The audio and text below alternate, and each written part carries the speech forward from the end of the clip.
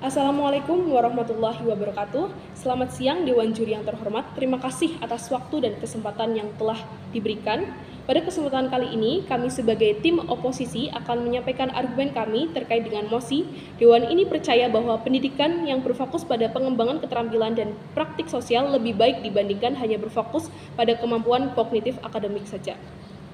Dewan Juri yang terhormat, kita hidup di mana nilai menjadi sebuah parameter penting dalam sebuah pendidikan. Kita hidup di dunia di mana banyak sekali anak muda yang belum ataupun bahkan tidak mengetahui bakat, minat, serta keterampilan yang ia miliki. Kita hidup di mana orang-orang yang memiliki potensi ataupun keterampilan di bidang lain seperti seni misalnya, ataupun melukis ataupun hal lainnya kurang diapresiasi atau tidak jarang mendapatkan komentar yang kurang baik, karena hal ini pula dipicu oleh stigma yang kurang baik dari masyarakat ataupun pemerintah pendidikan kita.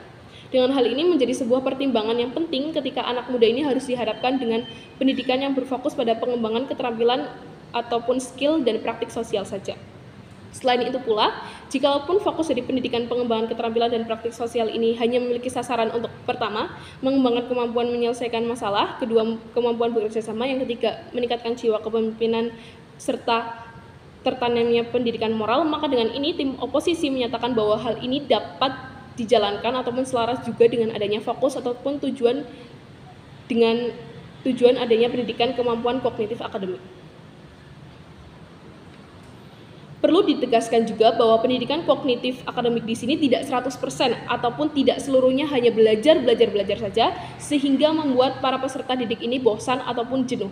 Namun bisa juga dikembangkan dengan berbagai kegiatan-kegiatan interaktif ataupun menarik lainnya seperti diselipi kegiatan tanya jawab ataupun diskusi ataupun kegiatan-kegiatan yang meningkatkan kreativitas siswa lainnya dalam pembelajaran tatap muka, sehingga peserta didik atau siswa tetap mendapatkan pengetahuan ataupun kemampuan dan keterampilan di luar akademik.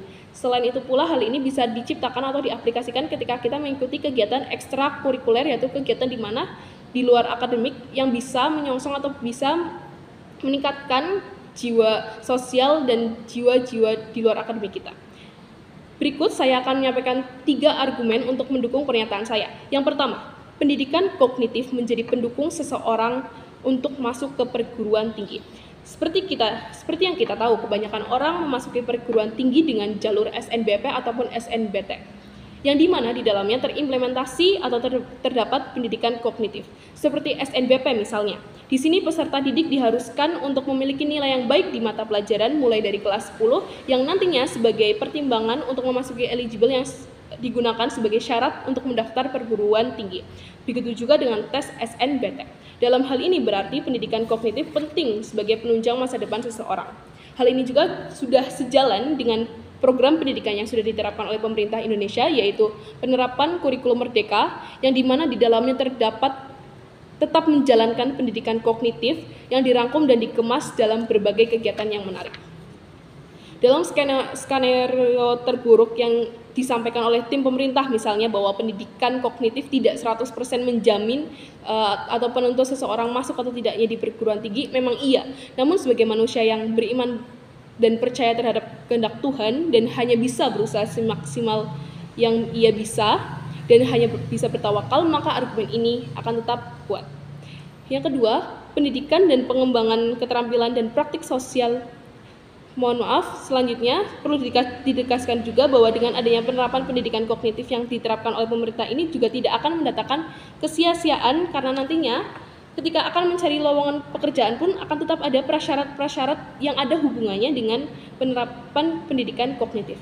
Yang kedua, pendidikan dengan pengembangan keterampilan dan praktik sosial ini berarti akan lebih membutuhkan banyak dana.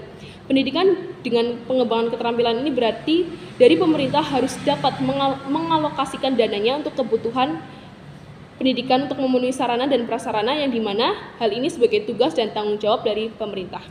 Yang dalam hal ini, keterampilan yang dimiliki oleh seseorang itu tidak hanya 1 atau 2 jenis berbeda saja, atau melainkan banyak sekali, mencapai puluhan atau bahkan bisa lebih, sehingga perlu dana yang sangat banyak. Selain dari peran pemerintah, peran orang tua pun sangat penting dan vital dalam hal ini. Banyak orang tua yang mungkin akan keberatan dalam pendidikan pengembangan keterampilan ini karena adanya faktor ekonomi. Hal ini dikhawatirkan dapat membuat peserta didik ini tertinggal dan tidak dapat mengembangkan keterampilannya karena adanya permasalahan ekonomi itu tadi. Yang selanjutnya, dengan pengembangan keterampilan dan praktik sosial ini juga dikhawatirkan tidak dapat